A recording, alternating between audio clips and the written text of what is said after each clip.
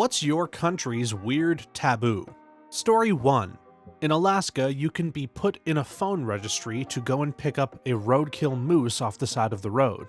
This is considered a super lucky phone call, as even the worst roadkill moose has hundreds of pounds of good meat. Everyone is normally stoked for you if you get this call. And during the daytime, people will normally honk and cheer driving past you getting the dead moose. I never realized the weirdness of all of this till explaining the excitement of roadkill moose to some friends in San Diego. I was a police officer in a mid-Atlantic state, and we had a deer list. Whenever we got dispatched to a dead/dying car-struck deer, we'd ask dispatch to call the next name on the deer list, and some guy would eventually show up in a pickup and toss the deer in the bed. We'd fill out a tag for him so he wouldn't get dinged for having a deer carcass out of season, and that'd be that. Once in the 90s, my dad hit a deer in Arkansas near the border of 2 counties. He was walking distance to a gas station, so he walked there to call it in. The person on the line wanted to know which county it was in, and he said he didn't know. The cashier wasn't sure either. This little highway didn't bother to post the county border at that time. The person was pressing it, and he had to go, so he told them the front half was in Garland and the back half was in Clark County, so they could act accordingly, and then hung up. When he got back to his truck, the deer was gone, and so was the dent in the door of his truck. I accidentally hit a deer when I lived in Wyoming and had no clue what to do. I'm from California and had only been in Wyoming for like 2 weeks at the time. Called the police and they came out. One followed the blood trail into the brush next to the road. Pop, pop, and we were free to go. The other animals will deal with it. It was a culture shock, but at the same time, it all made complete sense the way they handled it. It's when I realized just how insanely different it was compared to California. And this is just between 2 states of the US, not even different countries. Although, depending on how you feel about it, the People's Republic of California may as well be a different country. I work in a rural area that is rapidly growing. Lots of people are leaving the cities and moving to new developments here. I went to a call for a deer struck by a car. Get there and the deer's back legs are clearly broken. It's trying to flail around, but the 911 caller is lying on top of it crying. "Thank God you're here. We have to get the deer to the vet." Ma'am, why don't you go inside real quick and let me handle this? Exactly. Like exactly that.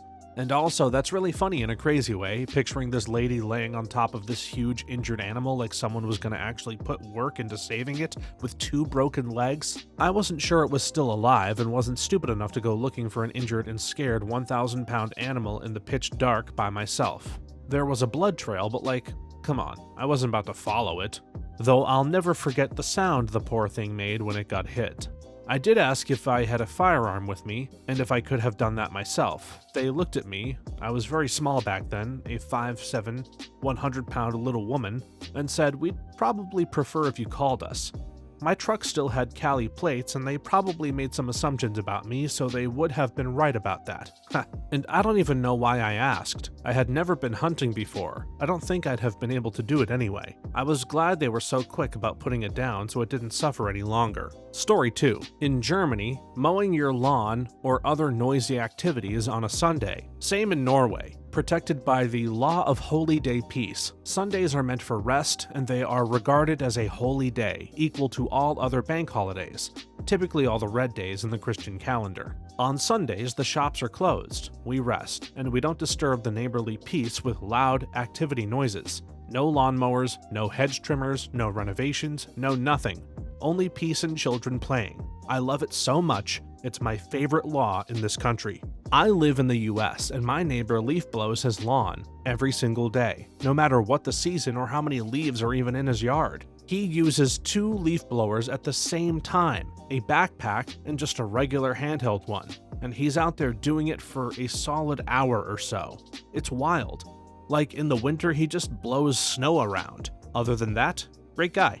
I had some folks from Germany move to Chicago and rent an apartment beneath mine. They made so many noise complaints which felt absolutely out of line, and I could not fathom why they were always so angry and rude to us in passing. We used to clean on Sundays in the early afternoon and sometimes would have a friend over for dinner to wrap up the weekend. Once I learned this, I understood why they may have hated us. To be fair, they moved back to Germany, maybe only a year into their time in Chicago. Story 3.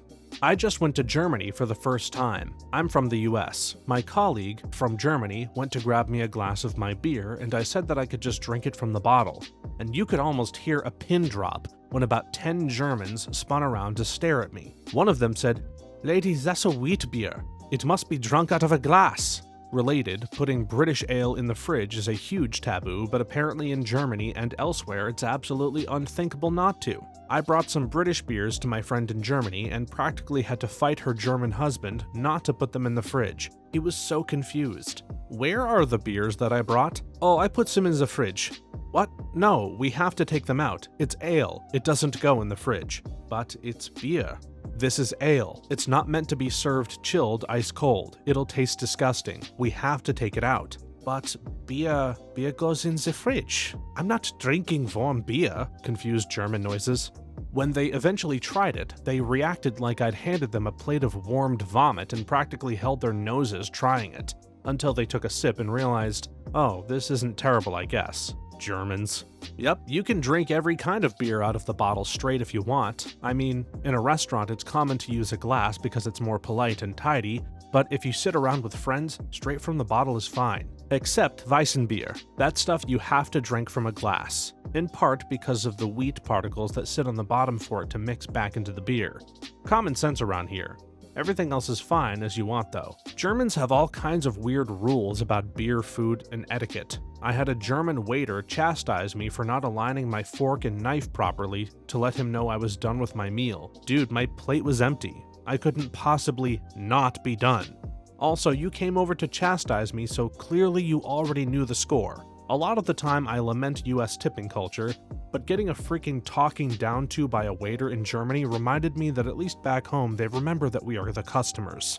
Story 4. In most of Asia, waltzing in someone's home wearing shoes. This one always surprises me in America when people expect it. I totally understand that's a cultural thing from my own background, so it's not like it would surprise me elsewhere, but when it happens here, it always surprises me a little. I'll of course do it, it's their house, but I will say, as an amputee with a prosthetic leg, this is about the most annoying possible thing to request of me when I enter a house.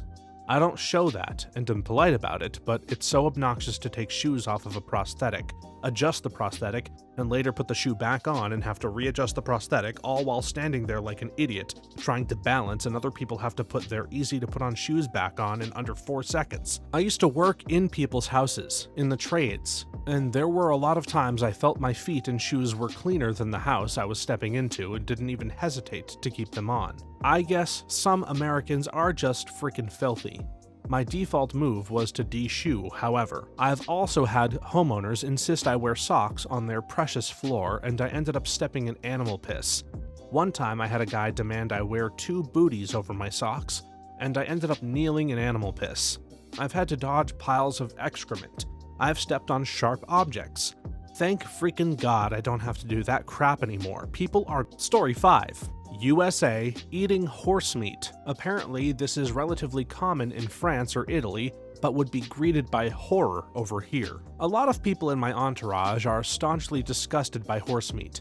You can buy it here in France. It is pretty alright, honestly, but it's still terrorizing what feels like most folks. It has fallen out of fashion in France. Some mom-and-pop butcher shops still carry it, but in most supermarkets you won't find any horse meat. And when you do find it, it's more expensive than the other meats anyway. 15 euros per kilogram in this economy? It didn't help that a few years ago there was a scandal about horse meat used in frozen foods that were labeled as beef, which didn't play in that meat's favor.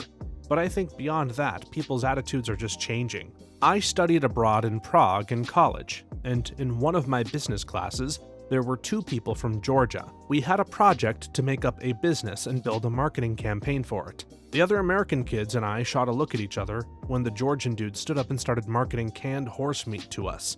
Traveling is good for you. We all learned something new that day. Story 6. Sitting on a desk or table. In Maori culture, it's insulting to plonk your butt on a surface where food might be prepared. Unfortunately, I found this out the embarrassing way after hopping my butt up on a table during an impromptu work meeting and being stared at until someone remembered I was new to the country and probably didn't know. Because giving new immigrants in public-facing jobs basic cultural training costs too much, I guess. Story 7. Talking to a stranger on public transport.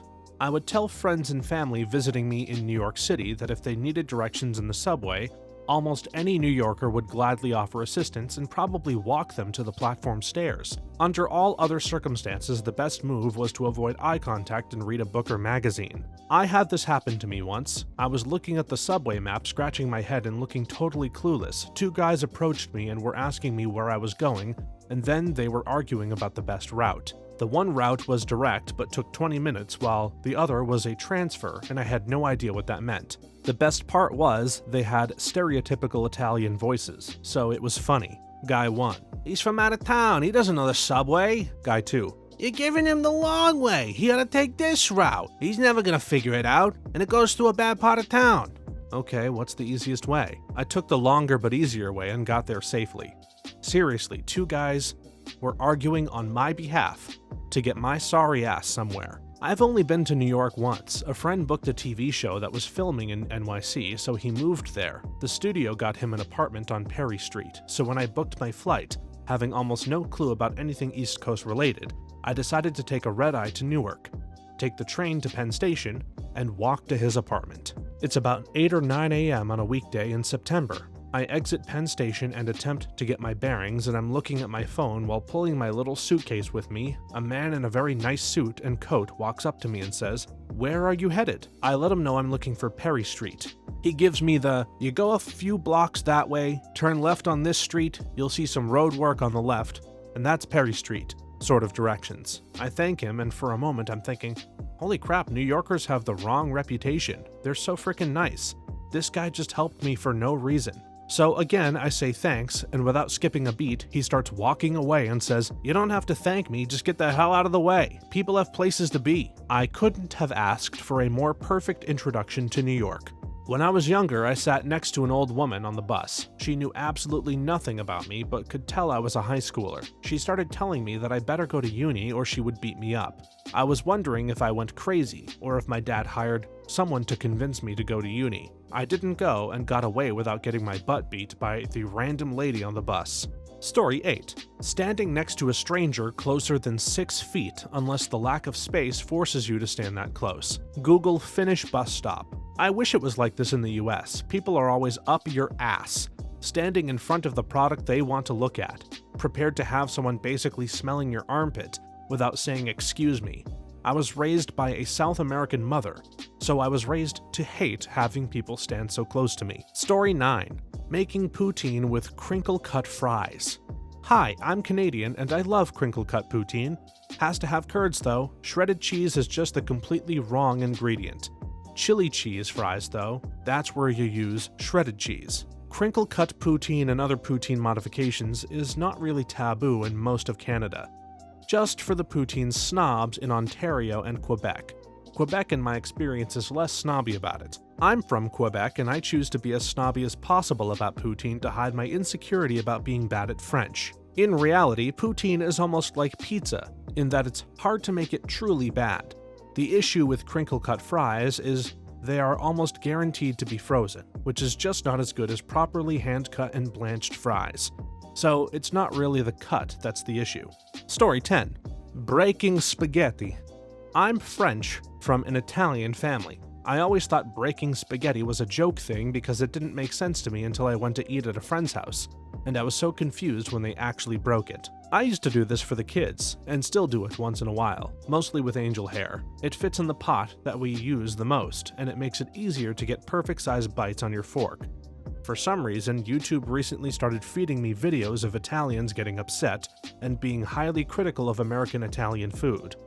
I think the algorithm is trying to shame me into compliance. Story 11. Not exclusive to my country, Sweden, but we have draconic drug laws here. You can be dead drunk in the streets and people won't bat an eye, but if you smoke weed, you're treated as a criminal. Japan and Taiwan are the same. I'm assuming South Korea too, but I've never been. Weed is very illegal, and smuggling drugs carries very harsh penalties.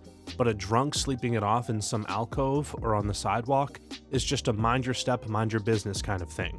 Maybe eye-opening if it's in the middle of the day, but even then it's just, oh, a drunk. Probably helped by a lot of the culture encouraging lots of social binge drinking. The whole thing sucks because I'd love to get high and wander through a Taiwanese night market, just absolutely baked to the tits, buying random street food on a stick with reckless abandon. That dream vacation right there. Thankfully, at least social attitudes are changing in places in Finland, but my 60-something non-conservative mother reacted to my CBD use like I'm addicted to meth. I did not have a heart to disclose I have also very rarely smoked weed. But after years outside of the country and from the very leftist circles, I had a hard time with not laughing at a cop saying some teens were smoking weed like it was the biggest crime there is. Story 12. Smiling in Russia. When I was in Europe, I was shocked that a stranger could smile at me while walking down the street. In Russia, if you smile on the street, it means that you are either drunk or crazy. Russian here, it's not exactly a taboo, it is not prohibited, it is not a tradition. Our life just sucks. We survive on a constant basis. So when we are just mulling over our thoughts, there is absolutely nothing to smile about. When interacting with our friends or family, we smile and laugh like regular people. Story 13. In Germany, throwing away Pfand. It's bottles that you have to bring back to the supermarket. They repurpose or reuse them, and you get money for bringing them back. I once went to the UK and my heart ached when I had to throw my bottles away, even when I put them in the recycling bin. I've been crying out for this in the UK. Dedicated recycling facilities for specific recyclables. It doesn't have to be a total reform, but the major cities, London, Manchester, Liverpool, Newcastle, Birmingham, and similar-sized cities, could do it, and would really help in making the world a greener place because we've screwed things up so badly in regards to pollutants and waste. So, if you take London, for example, and break it into 4 sectors, north, east, south, and west, each sector could have one facility for every type of recyclable. One for paper and cardboard, one for compost and biodegradable garden and food waste, one for recycling materials and electronics, and one for plastic bottles and similar plastics. One for film-type plastics, like on ready meals and chocolate bar wrappers, and one for hazardous materials.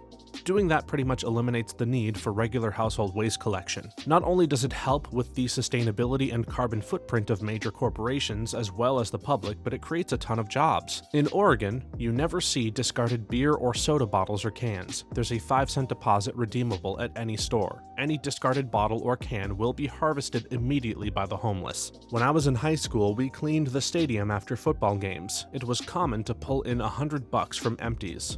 I was disappointed to find that California didn't have a similar system, as it kept the streets clean for free and provided a source of income for the poorest of the poor. They used to do this with some glass bottles in the UK, like the tall ones that you'd get lemonade in.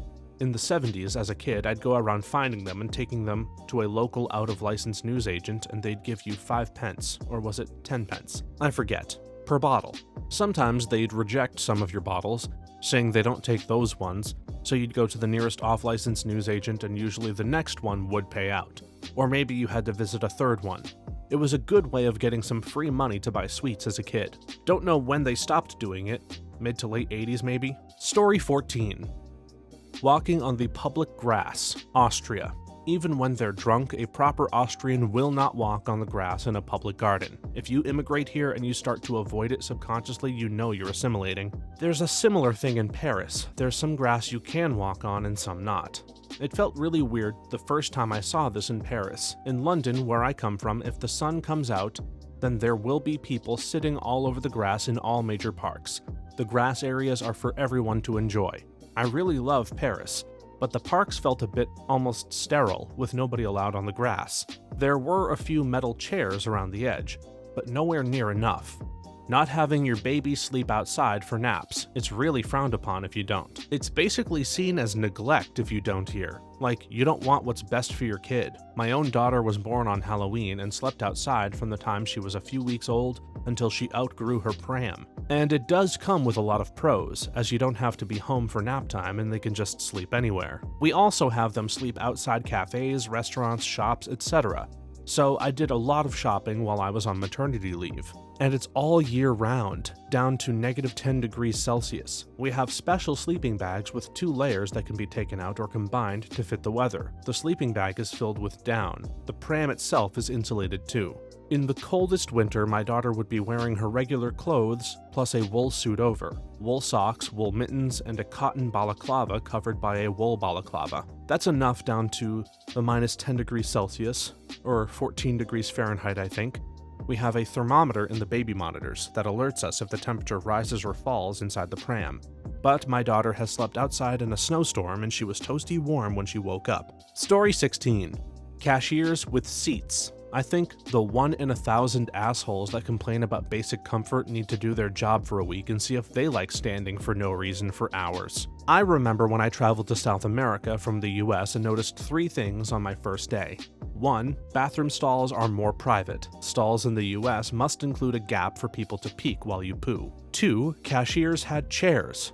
3. Talking to strangers is strange behavior. Or maybe it was my dog crap accent. In any case, small talk isn't a thing like it is here. I'm not sure where in South America you went, but here in Brazil, it mostly depends on the size of the city. You can small talk with people in big cities, but it's mostly frowned upon. Meanwhile, in small towns, you can have hour-long conversations with a complete stranger and have a friend by the end of it. Story 17. In the UK, jumping a queue. Never ever do this. Not just in proper queues, but also in things like waiting to be served in a pub. Everyone will look like they're just standing at random along the bar, but they should be aware of those whose turn it is to be served next, and people will get quite pissed off if someone breaks that order. I was at a busy pub last weekend waiting to get served. I'd reached the bar, but there were 2 people in front of me who were standing next to me, so I was patiently waiting. The barman had just finished a lengthy order and called, "Who's next?" And some absolute chancer behind put his hand up over my shoulder to try and get the barman's attention and yelled, "Yes, mate, can I get—" What a surprise, it's a bloody Londoner. Impatient bastard. The barman expertly ignores him, looks at me, and I point to the guy next to me, as I think he's next. That guy then points to the guy next to him, who is actually next. Order restored. Screw you, Londoner. Brit here. When I moved to Austria, I was horrified to see that when a new checkout gets opened in a supermarket, people at the back of the queues of the previous opened checkout will rush to get to the fronts of the queues for the new checkouts. They actively try to get in front of people who were previously in front of them. Uncivilized animals. If a new checkout line opens, all is fair game. If you leave the line that you were in, you are essentially entering a new line and must go behind whomever is in front of you. You only have your place in the line you are currently in, not universally across the entire store. That would be anarchy. Story 18. I don't know about other countries, but in France, talking about your salary is a big taboo. And I find this dumb as hell. I once forwarded a long email conversation to a friend/colleague forgetting that the first message had my salary. The friend was a more junior, and if anything, I would have thought he'd be interested to learn the salary of more senior people. But he found it upsetting to see my salary. I'm in the US. Nah, this is a big taboo in the US in the middle class and up. In lower wages, however, it's common to know exactly what your coworkers are making an hour. When I worked in retail and restaurants, I knew what everyone I worked with made. We freely exchanged that info. Now that I have an office job with a salary, I actually get to negotiate. What my coworkers make is a complete mystery to me. Story 19. Giving someone a job in an area that they didn't specifically study for. Like study computer science, engineering, and work as a financial analyst. In the UK, I had colleagues that studied arts and worked in finance. That had never happened in Portugal. In my experience working in marketing and business consulting, the hires who'd done undergraduate degrees in traditional unrelated subjects very often outperformed those who'd done marketing and business degrees. Some of the best people I've worked with at various different jobs had studied a wide range of subjects, although probably most often humanities or social sciences, like English, modern languages, psychology, law, history, economics, philosophy. Being able to think critically and write persuasively are the essential skills and domain knowledge you can learn on the job. The reverse is much harder and is much more common with those who've done more vocational degrees. Moreover, course material on marketing and business undergrad degrees rarely translated into meaningful advantages, sometimes the reverse, as this knowledge often needed to be unlearned. Story 20. Any kind of physical punishment for children. Maybe not exactly a taboo, rather downright illegal, but it's shocking how normalized using physical punishment is in so many parts of the world. Yes, and how people talk about it like, oh yeah, if I had done that as a kid, I would have been whooped, is quite shocking to me. Growing up in a society where none of my peers, as far as I know, were slapped or spanked as kids. The research on the topic is pretty clear. Can't believe it's still so common around the world. Canadian millennial here. Everyone in my age group with kids jokes about how we're first-generation gentle parenting because we all got spanked as kids, or hit with wooden spoons or Hot Wheels tracks, and we've all agreed that that's not how we're gonna do it. But we're new at it, so maybe don't push us, okay, children? It's odd to me. I grew up in the 80s and my parents didn't do that. Neither did 3/4 of my grandparents, and the fourth did it rarely. And he was a World War II veteran with PTSD. It's weird to me that people make a thing of gentle parenting. Like I was brought up to the view that screaming at/hitting your kids was an adult tantrum. My father has been known to go over and intervene. He actually did a lot for one neighbor because it happened a few times. The neighbor would yell about how the kid did whatever and the dad would nod and be like, "And how is your current behavior supposed to help him understand what he did wrong?"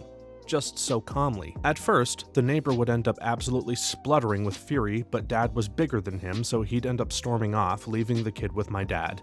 And dad would talk to the kid gently about what had set it off, and then explain to the kid, like, this is why you don't play on the street, this is why you don't leave the hose turned on, etc. After a while, the neighbor started noticing that his kid was A, spending a lot of time at our house, B, liked my dad better than him, and C, started obeying rules that the neighbor hadn't even yelled at the kid about/didn't have, because my dad's name says. Like, the neighbor wasn't a particularly polite man, but his kid was saying please and thank you and excuse me, please, because my dad is and does. So the neighbor came and talked to my dad in the evening for a while. I don't know what they talked about, but the neighbor started being much nicer to his kid and his wife baked us cakes until we moved. I'm a millennial with Gen X siblings. I did receive corporal punishment. It kept many of us in line. I did know kids in school who had it really rough and came to school with bruises. I don't agree with it as a full solution.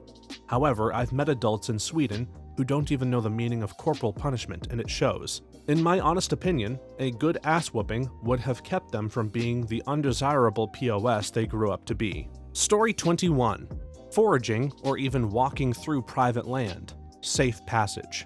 In many countries, foraging on private property is quite acceptable if you are only taking small amounts, as well as safe passage, hiking through private property but not staying there. But in the USA, even walking onto someone's personal property without express permission can get you shot. And taking something? OMFG, you have a death wish. Foraging isn't permitted on most public lands either. Take nothing, leave nothing is the rule. Every European person I have told this to is stunned. As far as public lands, the public land most Americans are familiar with are parks, whether city, state, or national parks. Many parks are heavily visited, and if everyone who used the park felt free to take anything, the environment in the park could be seriously damaged. So, we foster an attitude of appreciation but take nothing and do no damage. Many Americans probably don't even know other kinds of public lands exist. Have you ever actually looked into doing foraging in your part of the country, or just complained about it online? It's generally legal everywhere except in heavily trafficked parks where they don't want all the foot traffic off trail. The state parks where I'm at literally sell books and hold classes to help you identify local edible berries and mushrooms. Many public spaces plant berry bushes and fruit trees so anyone walking by can have a snack. And many people are happy to allow access to their property for hunters and foragers if you ask first. I agree, castle doctrine/stand your ground laws in some parts of the US are insane. But as far as the feelings about trespassers go, you gotta remember that in rural areas of the US, you're basically on your own. Like, if you had to call the police, it could take 30 to 60 minutes for them to arrive. Or longer if the weather is bad. You can see how being in that situation would make someone jumpy about strangers wandering around their property. Thanks for watching until the end. If you have a similar story to these that you would like to share with us, please leave it in the comments below. If you enjoyed this video, please leave us a like and subscribe. For more videos like this one right now, please stop by our channel. Thanks again, and see you next time.